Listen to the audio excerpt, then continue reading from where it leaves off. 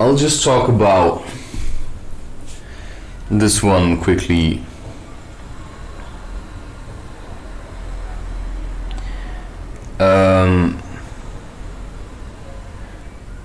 So what I feel like saying at the moment is, what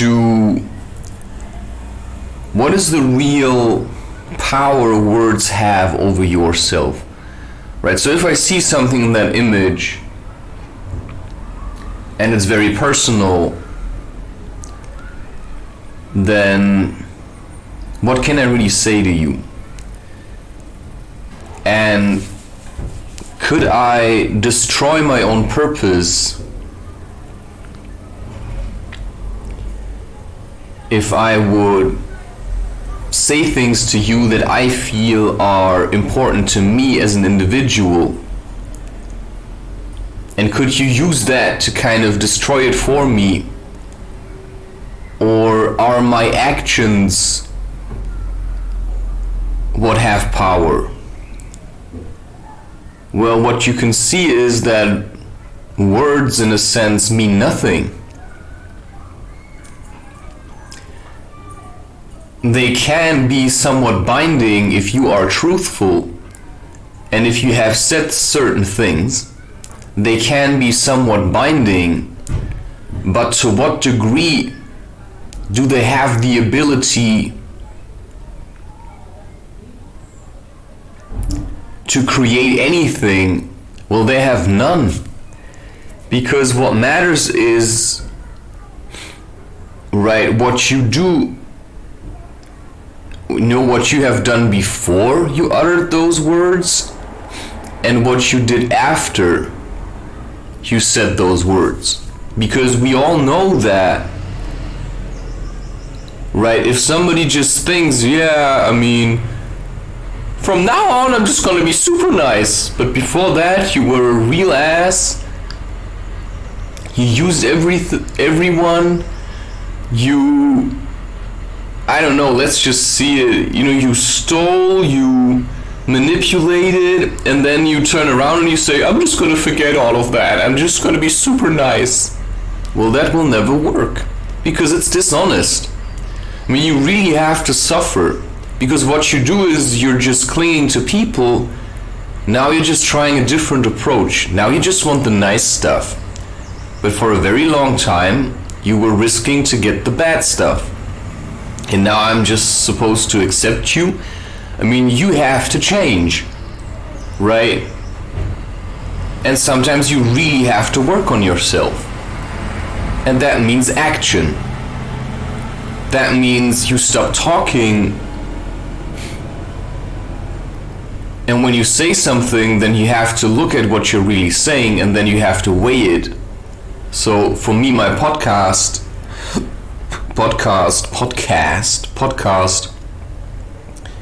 was for me a way to express myself through words and then look at what I was actually communicating.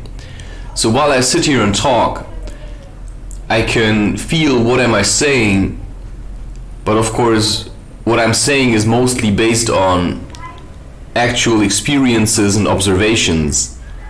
So I am no longer, I do feel like, okay, if I talk about, let's say, smoking now, I have stopped smoking completely. And now even the sentimental stuff about it is gone. So I no longer feel like, oh wow, it'd be so nice to smoke. Because I know how much time it took me to let go of it, how much work I had to put into myself to heal the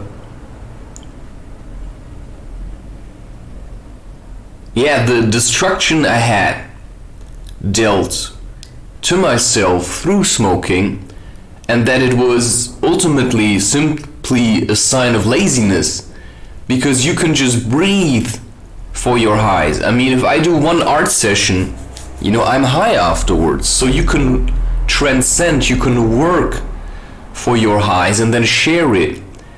Because just making art isn't enough for me. I have to share it, or I feel like I want to share it. And then, okay, if you look at this now, the snot-nosed guy, I mean, may have been your father, right? How is he supposed to really raise a child? So in many ways I had to teach myself, because all I was taught was nonsense. And so I looked at nature and I asked for guidance, and then I simply started to observe. I looked at nature and I looked at people who still live in a natural way. And then I asked myself, well, how would my life be if there were children in it right now and a wife, you know, looking to me for stability? Well, right now I feel like I'd be able to give it. It's still hard, but right now I'd be able to do it because I'm quite stable. So now I feel safe, I could be a father. But before that, forget it. I was imbalanced, I was addicted to too many things. And I did say things, but did other things. Well, now I still sometimes say things and then do other things. Because words are birds, right? You have to look at your actions. You have to look at what you're doing. And when you realize what you're doing creates a very weird self-image, then you simply have to work with that. Change your self-image and do other things instead. So yeah, of course, it's the kind of serpent, but serpents ain't bad. I mean, if you listen to them, let's just assume there's something you can listen to, like a serpent wiggling into your ear. I mean, there's also good serpents then, right? So the Kundalini is two serpents lying coiled together at the base of your spine.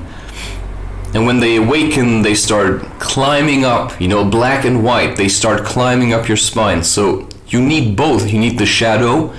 You probably need the snot-nosed boy who's kind of like ignorance, but you also need the